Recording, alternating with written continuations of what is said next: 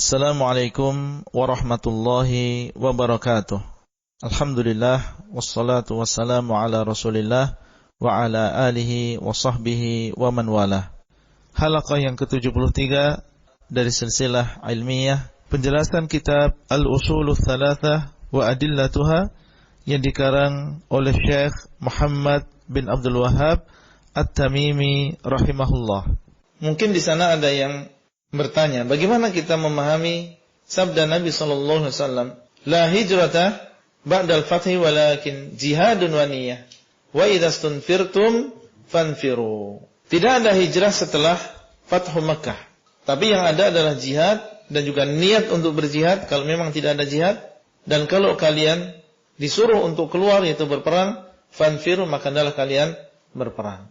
Ucapan beliau la hijrata ba'dal fath seakan-akan maknanya setelah dibukanya kota Mekah berarti tidak disyaratkan di sana hijrah. Maka ini adalah pemahaman yang tidak benar. Tapi maksud beliau sallallahu alaihi wasallam la hijrata ba'dal fath, ini khusus apa yang terjadi di sana, hijrah yang telah diawali oleh para sahabat dan dilakukan oleh Nabi sallallahu alaihi wasallam setelah dibukanya kota Mekah, dan kota Mekah ini menjadi negeri Islam. Kalau dia sudah menjadi negeri Islam, berarti orang-orang yang ada di Mekah tidak perlu dia hijrah ke kota Madinah. Karena hijrah min baladi syirki ila baladi al-Islam. Kalau Mekah sudah menjadi baladil Islam, tidak perlu hijrah. Yang ada adalah jihad saja. Jadi orang yang ada di Mekah, kalau dia mau berperang, diperintah oleh Nabi SAW atau Khulafaur Rasyidin, ayo penduduk Mekah pada perang ini mengirimkan 1000 orang misalnya. Penduduk Mekah mengirimkan 500 orang pasukan berkuda misalnya. Jihad. Atau kalau misalnya tidak ada, maka ada di dalam hatinya apa? Niat untuk berjihad. Karena jihad ini tidak semua waktu, tidak semua masa kemudian ada. Ada di waktu di mana tidak disyaratkan di sana jihad sama sekali. Kalau tidak ada, maka minimal di dalam hatinya ada niat. Ini sebuah kewajiban.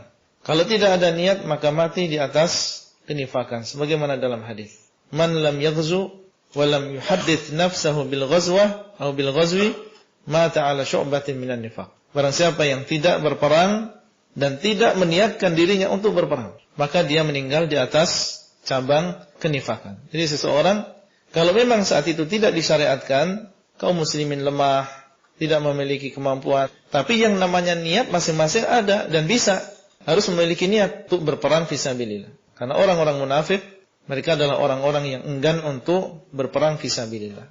Jangankan mengorbankan nyawanya, hartanya, untuk pergi sholat isya saja, sholat subuh mereka berat.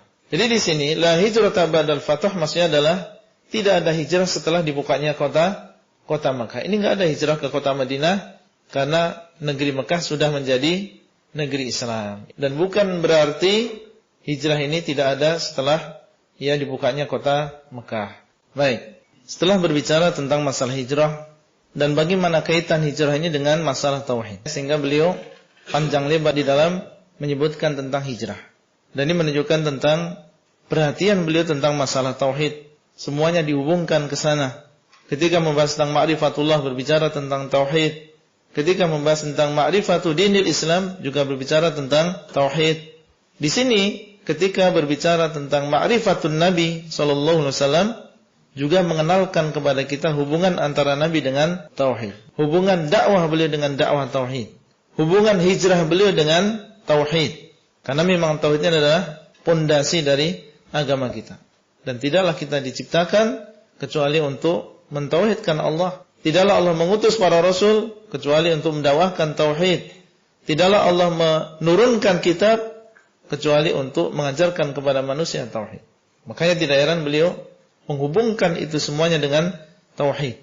Kemudian beliau mengatakan falamma istaqarra bil Madinah umira fiha bi baqiyati syara'i al-Islam. Ketika beliau sudah menetap di kota Madinah, menjadi negeri yang kedua bagi beliau. Beliau diperintahkan di dalam kota Madinah dengan sisa-sisa dari syariat Islam yang lain. Karena sebelumnya tauhid jelas sudah disyariatkan dari awal, dan ini adalah inti dakwah beliau. Dan dakwah beliau dari awal sampai akhir adalah intinya kepada tauhid.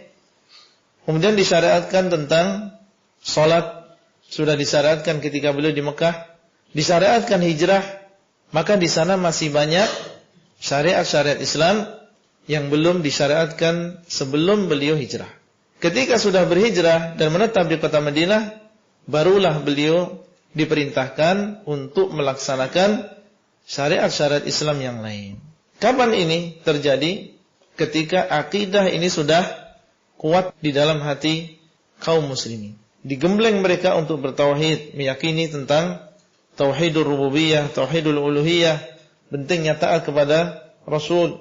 Ketika itu sudah kuat, barulah hikmah dari Allah SWT setelah itu diturunkan syariat-syariat Islam. Dan ini adalah termasuk fikih di dalam dakwah. Kita perkuat dulu keyakinan, akidah, barulah setelah itu perintah dan juga larangan yang kita sampaikan setelah itu akan dengan mudah perintah dilaksanakan oleh mereka dan dengan mudah larangan itu ditinggalkan oleh mereka. Kalau tidak demikian, seperti yang diangan-angankan dan impian sebagian orang yang dia berdakwah dengan cara katanya kita harus mencapai puncak kepemimpinan terlebih dahulu. Angan-angan dia, kalau kita sudah menjadi pemimpin, memiliki jabatan, memiliki wewenang, maka kita akan mengeluarkan peraturan, semuanya harus berjilbab, memelihara jenggot misalnya. Semuanya harus sholat berjamaah dan seterusnya. Maka dengan mudah kita akan membuat peraturan dan manusia akan mentaati peraturan tadi karena kita berwenang. Akhirnya jadilah negeri yang aman, tentram, semuanya taat. Ini angan-angan dan juga impian. Ingin melakukan sesuatu tapi bukan dengan cara para nabi dan juga para rasul. Dakwah tapi prioritasnya adalah politik. Dengan angan-angan seperti yang mereka sebutkan tadi. Berjuang sampai terkadang menghalalkan segala cara. Ya, padahal dia intisabnya kepada Islam, tapi untuk mendapatkan suara terbanyak, mau tidak mau mereka harus merangkul ahlul bidah, mau tidak mau mereka harus merangkul kufar, kerjasama dengan mereka, bahkan sering mereka harus tanazzul, mengorbankan agama mereka sendiri. Mau tidak mau harus mengucapkan selamat ketika hari raya mereka, harus mengikuti acara-acara ritual mereka. Kalau ditanya, alasannya adalah untuk masalah yang lebih besar, tapi dengan mengorbankan agamanya sendiri, mengorbankan keimanannya sendiri. Setelah mereka mengorbankan itu semuanya, ternyata tidak seperti yang mereka harapkan. Justru semakin ke sana manusia semakin tahu tentang kejelekan mereka. Hati manusia di tangan Allah, dan ini sebagaimana dalam hadis, manil tamasa ridwan nas bisaqatillah sakhitallahu alaihi wa askhata alaihi nas. Barang siapa yang mencari keridhaan manusia dengan membuat marah Allah, maka Allah akan marah kepada orang tersebut dan akan menjadikan manusia marah kepada dirinya. Tidak mudah mengubah manusia seperti kalau kita membalik telapak tangan. Wajib untuk berhijab. Apakah semuanya kan langsung berhijab dengan kesadaran mereka? Tidak. Jangankan kita, para nabi Bani Israel, dan mereka adalah nabi, dan Bani Israel yang memimpin mereka bukan orang biasa, para nabi. Setiap kali meninggal seorang nabi akan digantikan oleh nabi yang lain. Tapi undur bagaimana mereka Bani Israel. Jadi jangan menganggap bahwasanya kalau sudah dapat menjadi seorang pemimpin, menjadi seorang wakil negara, kemudian dia bisa mudah mengubah manusia. Kalau mereka belum siap secara akidah, nggak mungkin. Antum kasih peraturan ini, peraturan itu, kalau tidak ada akidah masuk di dalam hati mereka, sulit antum bisa mengubah mereka. Lama yang demikian, dan sampai sekarang orang yang bermanhaj dengan seperti itu nggak mendapatkan apa-apa. Tidak ada tanah dan negeri yang bisa mereka dirikan, dan tidak ada dakwah yang mereka berikan kepada umat. Berbeda dengan dakwah Ahlussunnah. Lihat bagaimana ketika Ahlussunnah mereka berdakwah dengan dakwahnya para nabi dan juga para rasul. Mendahulukan akidah, tauhid sebelum yang lain. Perbaikan, berkah. Banyak orang yang mendapatkan hidayah. Berbondong-bondong manusia mau mempelajari agama Islam ini. Dan kita alhamdulillah termasuk hasil kita dulu mengenal hidayah, mengenal sunnah, mengenal tauhid. Ba'dallah, setelah taufik dari Allah, kemudian dengan usaha para asatidah, para duat yang mereka bukan seperti dai-dai yang mereka perhatiannya hanya masalah politik saja, tapi mereka semangat untuk mengajarkan kita akidah.